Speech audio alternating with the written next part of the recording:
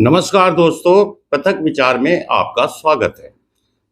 खुशी की बात यह है कि जीएसटी पर मंत्रियों के एक समूह की बुधवार और गुरुवार की बैठक में केंद्र सरकार के जीएसटी के 2 स्लैब खत्म करने के प्रस्ताव पर सहमति बन गई है।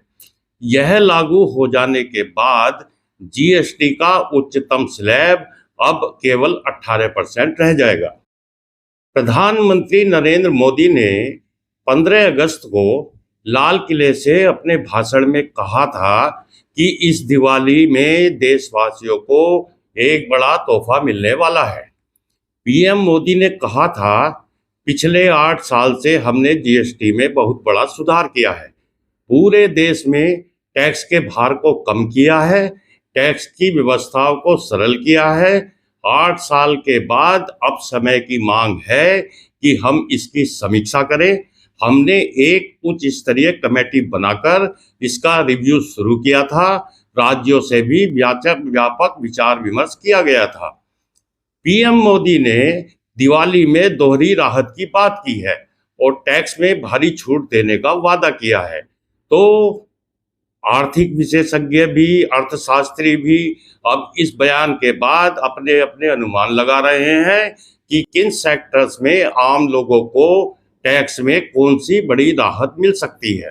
लेकिन दूसरा पक्ष ये है कि फिलहाल देश में जीएसटी में कटौती की संभावना ने उपभोक्ताओं और कंपनियों को तो राहत की उम्मीद दी है, लेकिन रिटेल बाजार के लिए यह उम्मीद एक नई समस्या भी लेकर आई है। जैसा कि आप जानते हैं कि आमतौर पर गणेश उत्सव और ओणम से लेकर दशहरा दिवाली तक का समय देश के रिटेल और ऑटो सेक्टर के लिए सबसे बड़ा व्यापारिक सीजन होता है। लेकिन इस बार उपभोक्ता खरीदारी करने से रुक गए हैं, क्योंकि उन्हें विश्वास है कि जीएसटी दर घटने से कीमतें जल्द ही नीचे आएंगी। कार कंपनियों, इलेक्ट्रिक ब्रांड्स और व्हाइट गुड्स जैसे टीवी, फ्रिज, एसी आदि के विक्रेताओं का कहना है कि लोग अभी खरीदारी करने की बजाय टैक्स कटौती की घोषणा का इंतजार कर रहे हैं। कई उपभोक्ताओं ने तो अपनी कार की बुकिंग तक रद्द कर दी है, क्योंकि उन्हें पता है कि जीएसटी के टैक्स स्लैब में बदलाव होने से कारें और दूसरे वाहन काफी सस्ते होने की उम्मीद जताई जा रही है।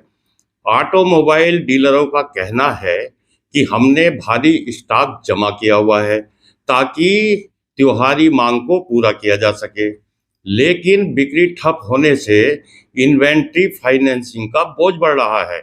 उनकी चिंता है कि अगर स्टॉक 60 दिनों में नहीं निकला तो उनके ऊपर बैंक उच्च ब्याज दर वसूलेंगे और साथ में फाइन भी लगाएंगे। इसी तरह बड़ी कंपनियां जैसे कि एलजी, सैमसंग और सोनी जैसी कंपनियां भी टीवी और बड़े इलेक्ट्रॉनिक उत्पादों की बिक्री में फिलहाल मंदी महसूस कर रही हैं और इस बात को वो लगातार बोल भी रही हैं। बताया जा रहा है कि जीएसटी परिषद 3-4 सितंबर को बैठक करने जा रही है, जिसमें कर ढांचे को सरल बनाने का बड़ा निर्णय लिया जा सकता है। फिलहाल भारत में जीएसटी की 4 दरें 5%, 12%, 18% और 28% हैं। प्रस्ताव ये है कि इसे घटाकर सिर्फ 2 दरें रखी जाएं, 5% जरूरी और मेरिट श्रेणी के सामान पर तथा 18% मानक श्रेणी के अधिकांश सामान और सर्विसेज पर। इसके अलावा कुछ विलासिता एवं नुकसानदायक चीजें जैसे कि तंबाकू, शराब इत्यादि ऐसी वस्तुओं पर 40% का विशेष टैक्स लगाया जाएगा। यदि यह ढांचा लागू होता है तो छोटे वाहन, टू व्हीलर, टीवी, एसी और इसी के जैसे दूसरे उत्पादों की कीमतों में वाकई उल्लेखनीय कमी आ सकती है, ऐसा माना जा रहा है। लेकिन उपभोक्ताओं का यह इंतजार फिलहाल तो बाजार की रफ्तार तोड़ रहा है। खुदरा व्यापारी और निर्माता दोनों ही दुविधा में हैं। उनके पास स्टॉक जमा है, लेकिन मांग बिल्कुल ठप है और भविष्य की कीमतें अनिश्चित हैं। सरकार के निर्णय में देरी से फिलहाल तो त्योहारी बिक्री पूरी तरह प्रभावित हो रही है। जमीनी स्तर पर जो परिदृश्य है वो ये दर्शाता है कि नीतिगत घोषणाएं भले ही दीर्घकाल में लाभकारी हों, लेकिन अल्पकालिक रूप से तो ये बाजार में अनिश्चितता और ठहराव भी पैदा कर सकती हैं।